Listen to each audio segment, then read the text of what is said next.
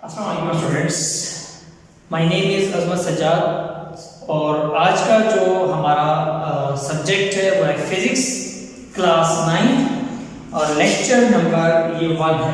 इसमें मैं आपको फर्स्ट चैप्टर का introduction plus some branches of physics को स्टडी करेंगे।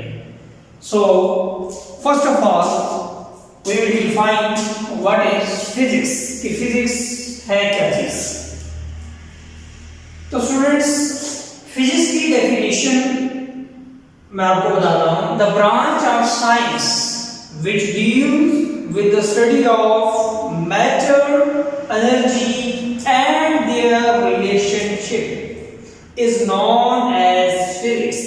फिजिक्स साइंस की वो ब्रांच है जिसमें हम मैटर के बारे में स्टडी करते हैं, एनर्जी के बारे में स्टडी करते हैं और इन दोनों का आपस में ताल्लुक क्या है, इन दोनों का आपस में रिलेशनशिप क्या है, हम इस बारे में स्टडी करते हैं।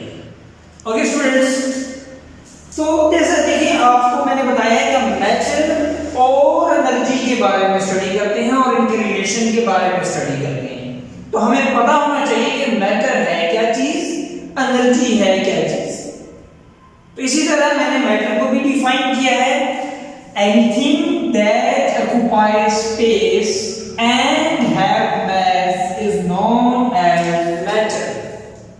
कि हर वो चीज जो कोई ना कोई जगह लेती है और उसका मैस भी होता है, तो वो आपके पास क्या होगा, वो मैटर होगा, वो मादा होगा।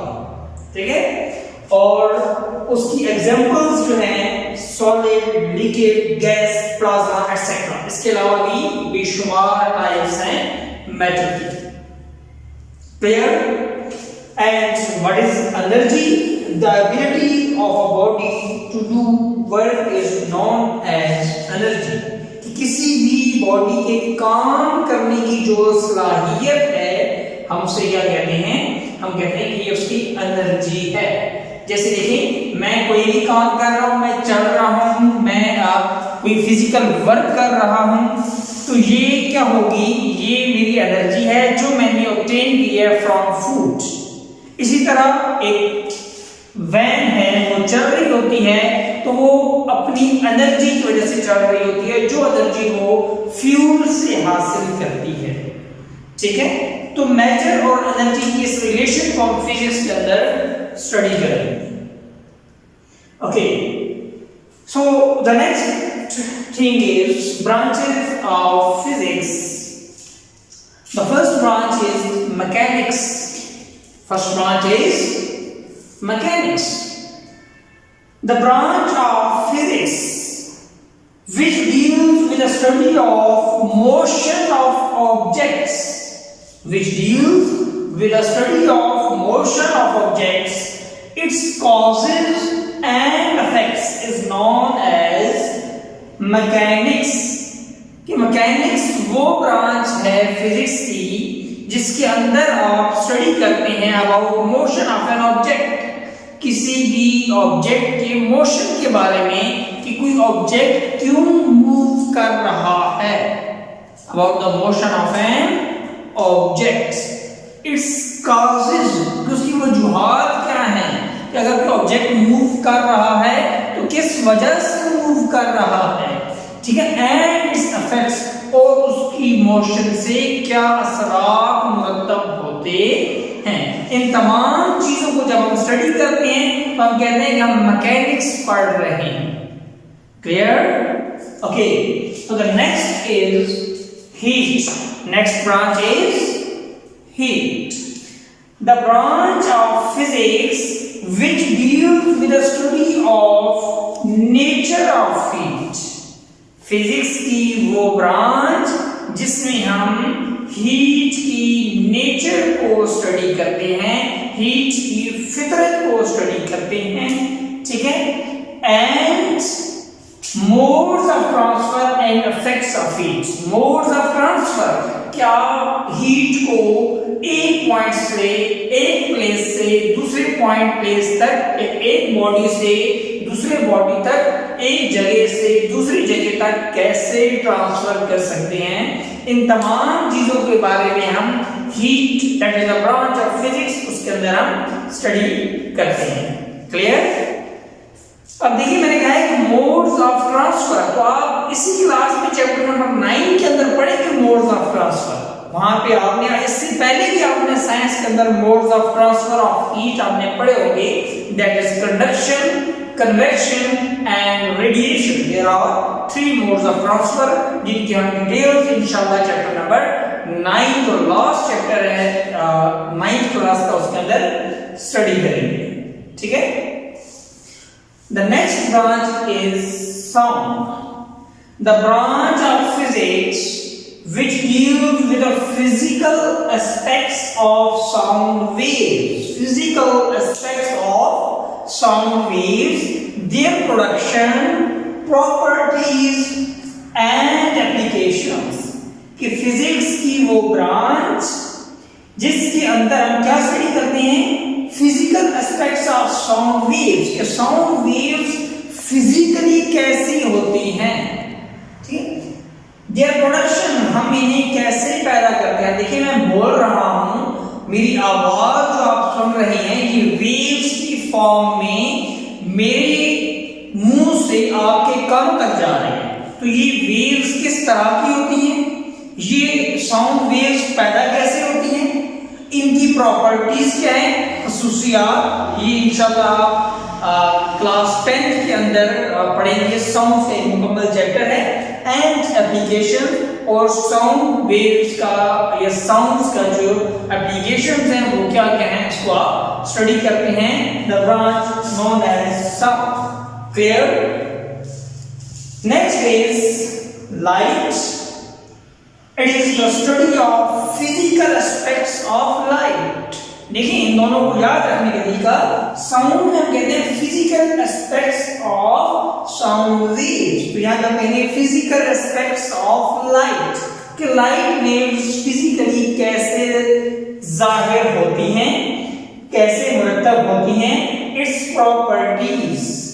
ठीक है, इसकी खासियत क्या है, इसकी खसूसियात क्या है, वर्किंग, ठीक है, and use of optical instrument, और ऑप्टिकल इंस्ट्रूमेंट्स में लाइट वेव का इस्तेमाल क्या है, इस चीज को आप स्टडी करते हैं in the branch of physics named as light.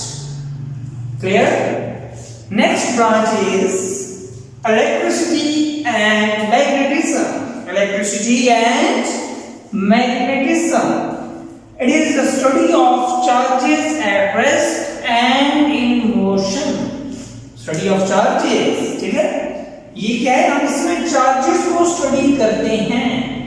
ठीक है, and what is the charge, जहां पे क्वेश्चन आता है कि चार्ज होता क्या है। जी स्टूडेंट्स बताएं, चार्ज होता क्या है। हरियर, शाबाश शाबाश, आपके पास 1 मिनट है, अच्छी तरह सोचें और बताएं चार्ज होता क्या है। I'm not asking about nature of charge, I'm asking about what is charge. 10, 9, 8, 7, 6, 5, 4, 3, 2, 1, 0.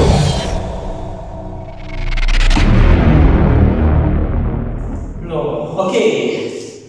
The charge is a species which have the ability to attract or repel any other species. Charge वो species है जिसके अंदर ये खासियत है कि वो किसी दूसरी स्पीशीज को अट्रैक्ट या रिपेल करे, हम उसे क्या कहते हैं, charge. So in electricity and magnetism we study about charges at rest and in motion. दोनों फॉर्म्स के अंदर कि जब चार्जेस रेस्ट में हों तब भी हम स्टडी करते हैं, और जब चार्जेस मूव कर रहे हों तब भी हम स्टडी करते हैं। देयर इफेक्ट्स, उनके असरात, कि जब चार्ज मूव करता है तो क्या असर होता है, and their relationship with magnetism. आप लोगों ने कहीं सुना होगा कि जब भी किसी कंडक्टर में से करंट पास होता है तो वो मैग्नेट बन जाता है। अब करंट कैसे पास होता है? करंट पास होता है due to the flow of charges. तो चार्जेस के फ्लो का ये इफेक्ट है, ठीक है। इसलिए हम इन जो फ्लो ऑफ चार्जेस है उसका रिलेशनशिप पढ़ते हैं विद मैग्नेटिज्म के साथ, कि इसका मैग्नेटिज्म के साथ ताल्लुक क्या है, रिलेशन क्या है। Clear? Okay, the next is atomic physics. It is the branch of physics in which we study about the structure and properties of atoms. ये वो ब्रांच है फिजिक्स की जिसके अंदर हम क्या स्टडी करते हैं? about the structure and properties of atoms. हम एटम्स की साफ स्ट्रक्चर कि एटम कैसा बना होता है उसके बारे में हम पढ़ते हैं, एंड प्रॉपर्टी और एटम्स की खसूसियात क्या हैं हम उसके बारे में स्टडी करते हैं। This is the branch name as atomic physics. Okay students, जो नेक्स्ट ब्रांच है फिजिक्स की that is nuclear physics. In nuclear physics we study about the properties and behavior of nuclei. Properties and behavior of nuclei. Nuclei is the plural of nucleus. Nucleus is singular word and nuclei is plural word.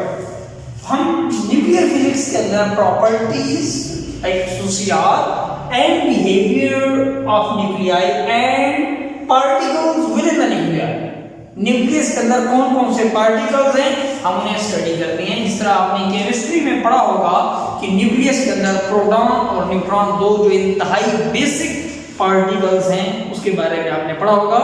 तो ये आपके पास है the branch in which we study about the properties and behaviour of nuclei and particles within nuclei. Nuclei के अंदर के जो particles हैं उनके बारे में हम स्टडी करते हैं। Next is plasma physics. अभी आपने बिल्कुल स्टार्ट में जहां पे आपको मैंने मैटर्स के बारे में बताया था उधर मैंने जो आपको फोर्थ स्टेज बताई थी मैटर की दैट इज प्लाज्मा। तो हम उस प्लाज्मा की ही बात कर रहे हैं। It is the study of production properties of the ionic state of matter. It is also matter. Ionic state of matter जो है आप उसे क्या कहते हैं? प्लाज्मा। इस तरह आपके पास कोई भी गैस है आप उसे आयोनाइज कर देते हैं वो प्लाज्मा बन जाता है।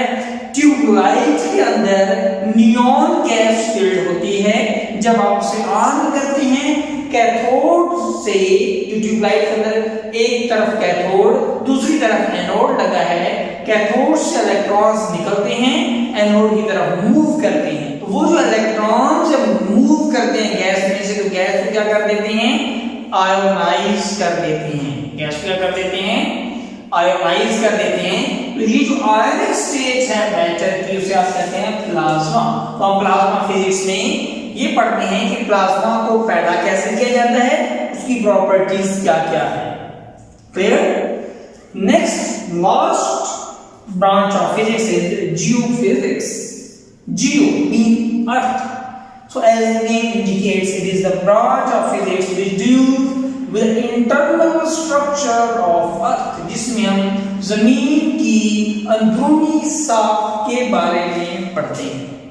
Clear students? तो आज हमारा इंट्रोडक्शन था फिजिक्स का। हमने फिजिक्स की डेफिनेशन और फिर उसकी ब्रांचेस की डेफिनेशन पढ़नी है। इंशाल्लाह नेक्स्ट हमारा जो लेक्चर होगा वो फिजिकल क्वांटिटीज के बारे में होगा और जल्द ही इंशाल्लाह आपको मिल जाएगा। Thank you so much.